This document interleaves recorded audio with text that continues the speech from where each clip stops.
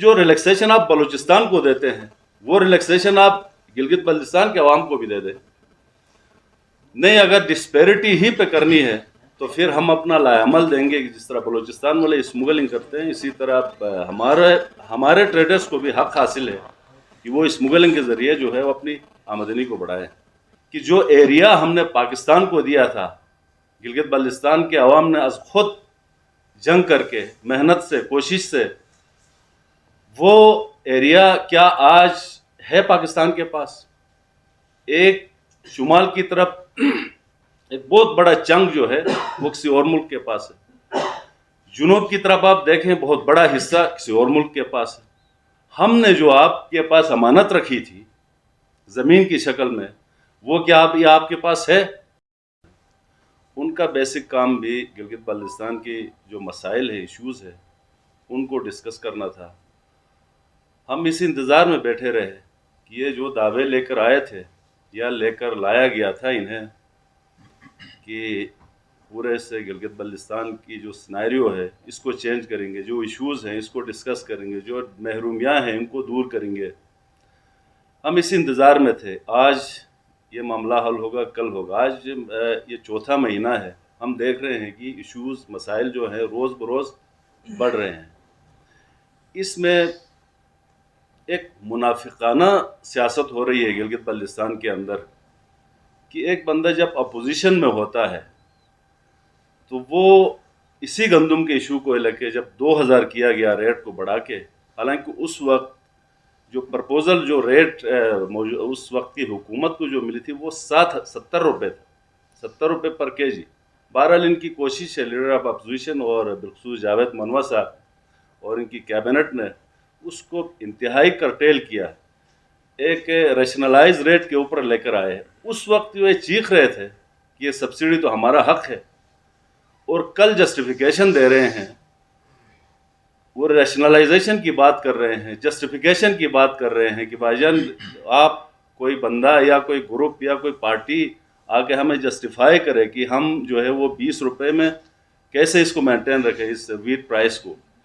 میرا ان سے یہ سوال ہے، اگر اس لیول پہ آپ جا رہے ہیں تو مجھے جسٹیفائی کرے نا کہ گلگت بلتستان کے اندر آپ کی کون سی میڈیکل یونیورسٹی ہے، گلگت بلتستان کے میں جو ہے آپ کی کون سی انجینئرنگ یونیورسٹی ہے، کون سا انفارمیشن ٹیکنالوجی کے ادارے ہیں. اچھا، کون سے وہ حقوق آپ کو مل رہے ہیں جو دوسرے پاکستان کے دوسرے صوبوں کو مل رہے ہیں، یہ بھی تو جسٹیفائی کرے. اچھا، یہ بھی جسٹیفیکیشن دے دینا اس کی کہ جو بلوچستان کے جو عوام ہے ان کو جو ریلیف مل رہا ہے، ان کو جو ریلیکسیشن مل رہا ہے، وہ کیا گلگت بلتستان کے عوام کو مل رہا ہے؟ یہ سارا اس سب کی جسٹیفیکیشن آپ دے دیں. تو یہ موجودہ جو پرائس ہے کسی صورت گلگت بلتستان کی عوام جو ہے قبول نہیں کرے گی. بالخصوص اپوزیشن ممبران. ہماری آج ہماری دوسری میٹنگ ہے، انشاءاللہ پورے گلگت بلتستان کو ہم لیڈ کریں گے اس گندم کے ایشو کے حوالے سے. اب آپ نے ایک باب کھولا، ہم خاموش تھے. ہم یہ چاہ رہے تھے کہ چونکہ جس ملک میں ہم رہ رہے ہیں، جس طرح بھی ہم نے اس ملک کے ساتھ دیا ہے، اس میں شامل ہوئے ہیں، تو ان کے جو قوانین ہیں ان کا ہم لحاظ رکھیں گے، خیال رکھیں گے. اب آپ نے اس باب کو کھولا ہے. جب ہم بات کرتے ہیں آئینی حقوق کے حوالے سے، جب ہم بات کرتے ہیں اپنی محرومی کے حوالے سے، بجائے کہ وہاں سے کوئی پازیٹیو رپلائی آ جائے، ہمیں کہا جا رہا ہے کہ آپ اسٹیٹ کو بلیک میل کرتے ہیں. ہم ابھی بلیک میل کے اس اسٹیج پہ آئے ہی نہیں ہیں. اگر ہم اس بلیک میل کے اسٹیج پہ آ جائیں پھر یہ میں حق بجانب ہوں، یہ سوال کروں وفاق سے. ہم حق بجانب نہیں ہے کہ اس کے اوپر ہم ڈیمانڈ کریں. تو ہم اپنے جو حقوق کی بات کرتے ہیں تو آگے سے جواب آتا ہے بلیک میلنگ کی. ہماری کوشش یہ ہے کہ انشاءاللہ ہم تمام گلگت بلتستان کی جو مذہبی جماعتیں ہیں، سول سوسائٹیز ہیں، ان سب کے ساتھ بات کریں گے. بات کر کے ایک موقف، ایک بیانیہ ہم ترتیب دیں گے. اس کے بعد انشاءاللہ موجودہ حکومت ان کو بھی چاہیے، جیسے منوا صاحب نے کہا کہ اگر آپ عوام کی بات کرتے ہیں تو کمپلیٹلی آپ آ جائیں، لیڈ کریں، ہم آپ کے ساتھ دیں گے. ایک حصہ جو ہے آپ کی پارٹی کا